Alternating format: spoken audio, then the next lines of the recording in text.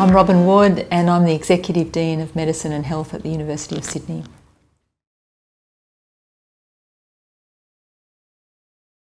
I studied medicine a long time ago now, and it's hard to remember exactly what motivated me to study medicine. I think the things that were in my mind when I was thinking about medicine was that it was a career that would help people, that I recognised that health was something that was very precious in people's lives, and I saw some of the impact of ill health on people's productivity and their chances of succeeding and the impact that had on their families. So I thought engaging in a profession where you could actually make people well just gave them a license to do all sorts of other things in their life, and so it had an enormous value to society of studying medicine and engaging in that as a profession. So that's probably the thinking I had, but I don't know, it was a long, long time ago and I can't remember exactly. I went into academia really by accident entirely. I was working predominantly in medicine, full-time medicine, as a junior doctor, and my boss said to me, well, why don't I do a PhD? And he was working in the transplant area, and I thought it was really, academia was something that was pretty slack, and so I was thinking logically this would be a good break. So I won a scholarship and then studied in research in the area that he was really interested in, which was a really exciting area of research at that time. And I sort of got the bug that research was really exciting. So for many years I tried to combine research and my clinical work, really trying to do full-time roles in both. Wow.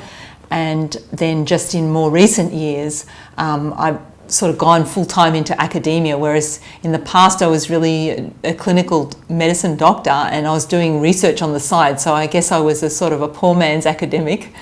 And then I decided to sort of switch when I got a chance to do some leadership roles in academia, and once again sort of look at how we could get people engaged from medicine into academic life, because research makes a huge difference to research itself and also to medicine and all the health disciplines.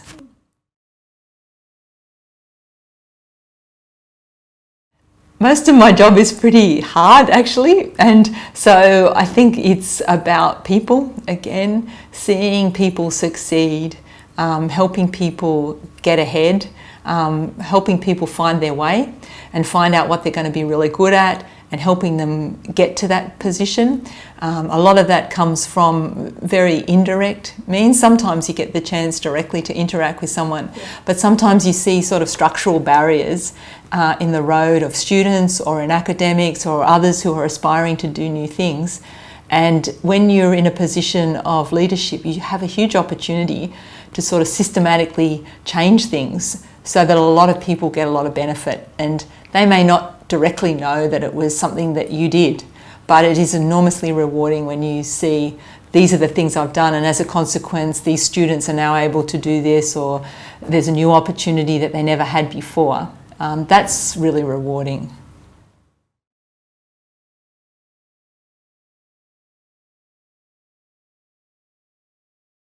For the Faculty of Medicine and Health, which I lead here at the University of Sydney, the real challenge we've got is we're a new faculty. We've come from all the separate health areas and health disciplines to one faculty, and I think one of our biggest challenges is to walk the talk, and by that I mean is really embrace modern day healthcare, try and stay ahead of the game and work out how we as health professionals and academics are going to work together to make and shape healthcare into the future. And I think society relies a lot on academic organisations to try and think ahead and set the pace and work out how we should be playing in the healthcare space.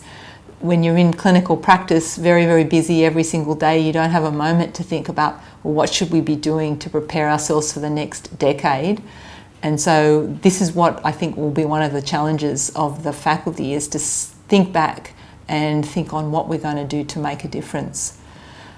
The opportunities are enormous.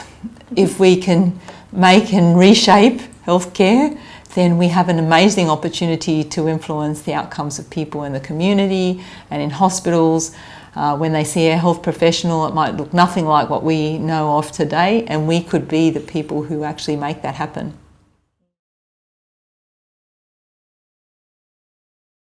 There's a lot of challenges in the university sector. Some of them relate to the fact that we're now operating in an environment where evidence is less well respected than it was in the past. I'm not saying that an individual authority on something is the final say, but I think it's been much more democratized knowledge, and that's not a bad thing. In a sense, we want lots of people to have knowledge, but I think there's often a less in-depth understanding of things, and that makes it very difficult for the community to see, well, what's the value of a university if everyone knows these things from social media, or what's the additional value that someone in a university could have who's been studying this for 30 years and has actually really got to understand all the things that have gone wrong with various great ideas in the past, and has the scientific skills to actually go back and really help people come up with the right answers to really vexing problems. Yeah. That's a big challenge in the university sector now. I don't think university education is as well appreciated and regarded as perhaps it was years ago. Yeah. But on the other hand, that's a moment in time, and universities have lasted a very long time. So I don't see that that's going to change over the longer term. I think this might be an inflection point where people are really a bit uncertain about everything, and hence universities might be just part of that problem at the moment.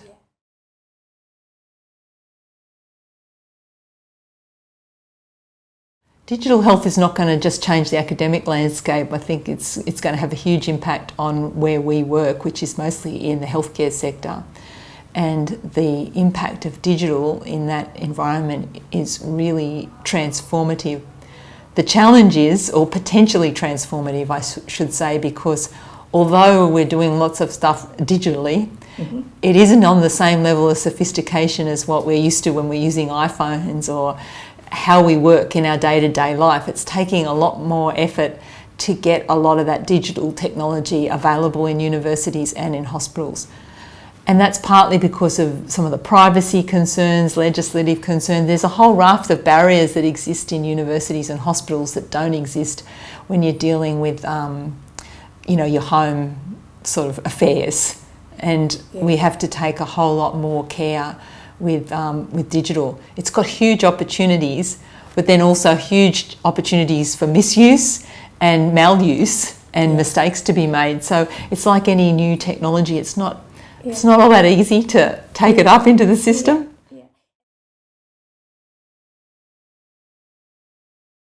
The opportunities for the positive are really speeding up a lot of what we do. So being able to crunch large amounts of data and understand whether there's a potential hypothesis there, or you've determined that something is now really likely to cause this disease or be responsible for that sort of illness, that's a huge opportunity. The other big opportunity is, of course, students and healthcare providers and academics have at their fingertips a lot of information they never had before, and that's empowering to have all that information. It's also a big responsibility.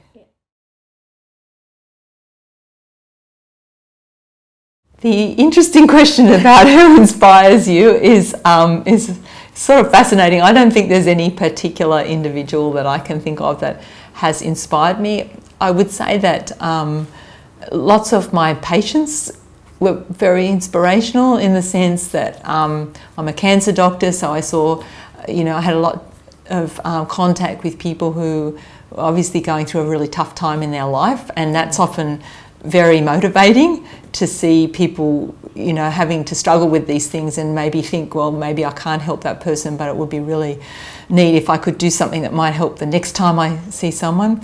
I think students are always, inspiring. Bright students wanting to, basically change the world. You can't help but get inspired by them. So there's lots of groups of people that inspire you every day.